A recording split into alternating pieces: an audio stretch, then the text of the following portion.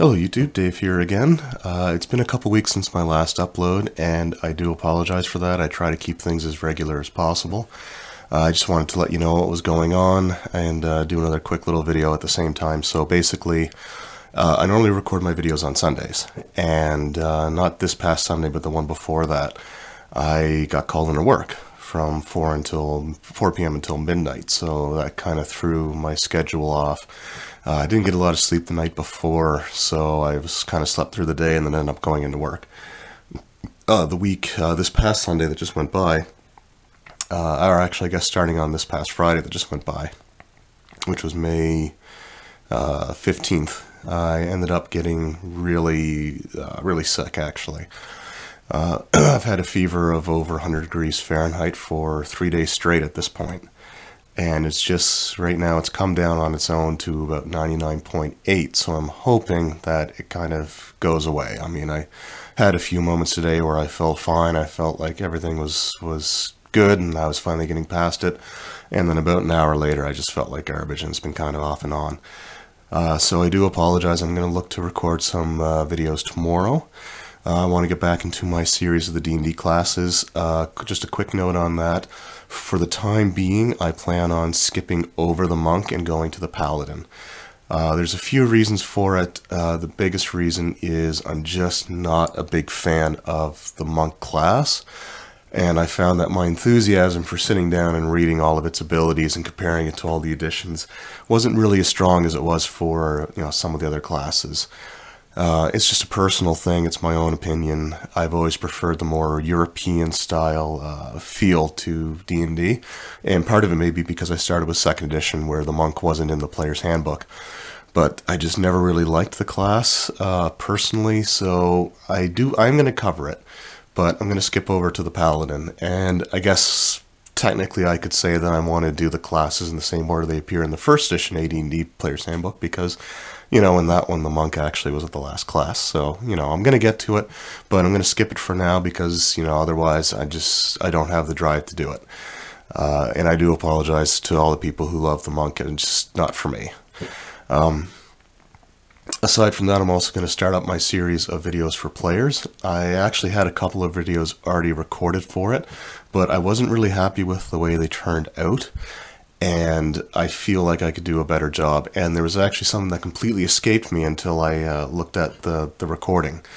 And basically, I was going about it as giving advice for somebody who knows what D&D is familiar with the concepts, knows the basic gists of it, and just wants to make their first character.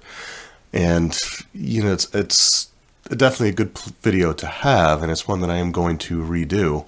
But I think for the first video in that series, what I want to do is discuss basically what the main ideas of what Dungeons & Dragons, what it is. Some basic things like, explaining how to pronounce the dice and, things like that. That is actually, I think, would be a great resource for people who hear of Dungeons & Dragons, don't know what it's about. And unlike when I was first getting into it, they have this resource like YouTube where they can go on and watch some videos and get descriptions of what it is. So I think that's where I'm going to start, and then I'll re-record the videos that I had. Anyway, that's basically just a quick update. Now, I wanted to do, as part of the same video, just, for the sake of doing it, I thought I would show just a couple of the things that I've picked up in the last couple of weeks. I did go to Walmart, I think on Saturday, if I recall. My fiance and I walked up. I was trying to see if I was up to, we were going to go to see the Avengers. But, we just wanted to go up to Walmart. It's only about a 10-minute walk from where I live. And I wanted to make sure that I was up to it because I still wasn't feeling the best. And as we started walking, I just felt worse and worse. So we were at Walmart for about an hour, and then we came back home, and I basically curled up on the couch and just felt awful. But anyway, I did pick up a couple things. My birthday did come up, and it has just gone by here. Just, I guess it was... Since this will be uploaded on the 19th, I guess it would have been technically yesterday. So, just thought I'd show you a couple things that I picked up for myself as my own birthday present. The first, I picked up the Ultimate Warrior DVD. The subtitle there, Always Believe. and it's a documentary DVD. And I have to say, it's really interesting, and it's kind of hard to watch in places.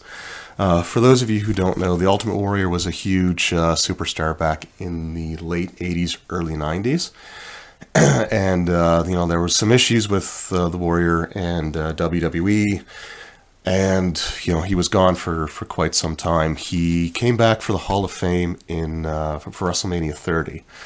And he got this promo the following night on Monday Night Raw, which basically talked about, legacy and what it means after somebody, passes away, what their life has meant if they were able to do certain things. And it was really prophetic because the following day, he unfortunately passed away. So I thought I'd pick it up. It was there. It was interesting. And it's kind of almost an apology to the self-destruction of The Ultimate Warrior, which came out in... see if there's a date here. I'm not seeing it off the top of my head, but this was, I believe, in the early 2005. So this came out, and it was kind of a documentary on his career, but it was also really negatively slanted against him, especially with, his exits from WWE and stuff. But this is almost sort of an apology thing, and he did a lot of work with it himself. There's actually a lot of interviews with him. And the reason that I said it was kind of hard to watch, not just the fact that, he passed away the following day, but there's so much footage of him, making amends with people and the reconciliation that he went through with Vince McMahon and stuff like that. So, excuse me. It was really unfortunate that he passed when he did. It's a 3-disc set. And of course it's got, the Warrior's face there with some of his makeup and stuff. And, 3 discs, got a quote there. The first disc is the documentary, which is about an hour and a half long. It's not as long as some of the other ones that they've done over the years, but it's really good, and it's basically the biggest reason that I bought the disc, or the set, sorry. Disc 2 is Matches, and I have to say I wasn't a huge fan of the Warrior as a wrestler. Oddly enough, the Self-Destruction DVD actually had some of his best matches in it.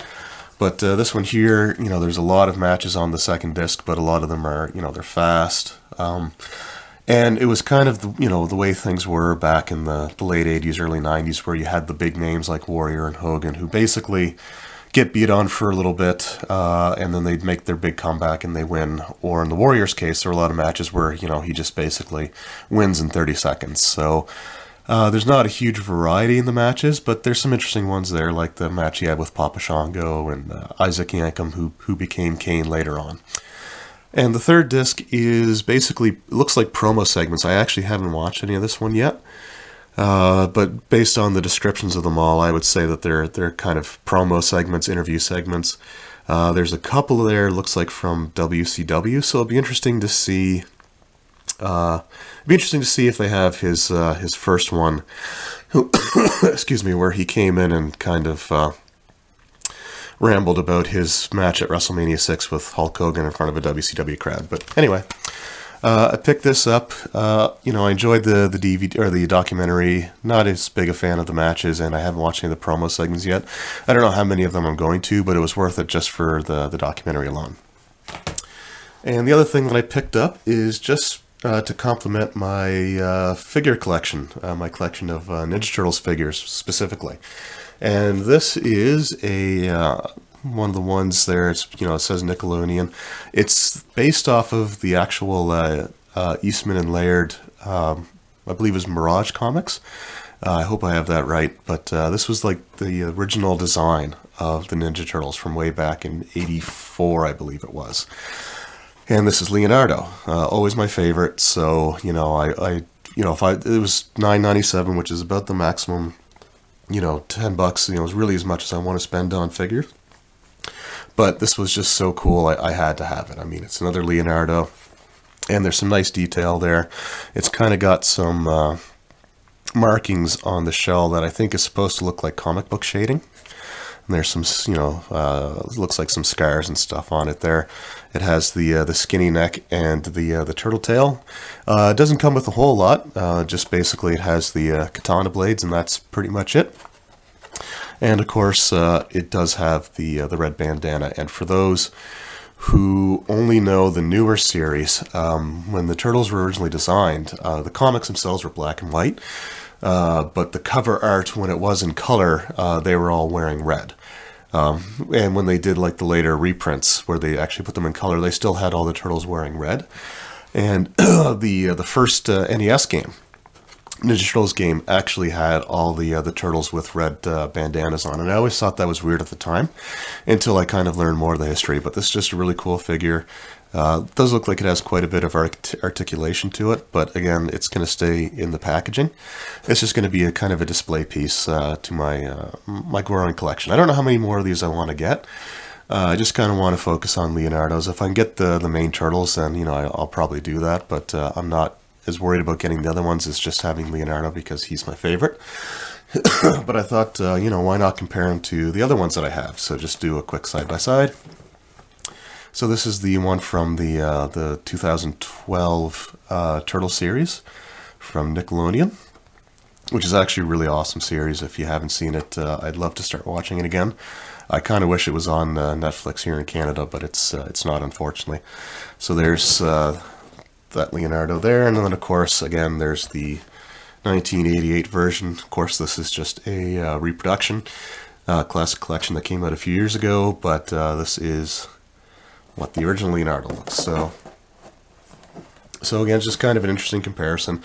I'd like to get some more Leonardos and just kind of have like this comparison of them throughout the different iterations. But anyway, just thought I'd do a quick video on that, just to apologize for being away for so long. And I'm hoping that I'm going to be feeling well enough tomorrow to record. I want to record at least 2 or 3 videos and start putting them out every 2 or 3 days.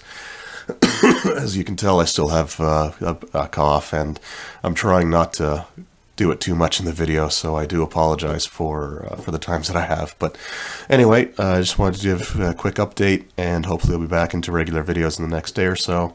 Again, I thank you for your patience and your support, and we'll see you next time. So thank you very much for watching.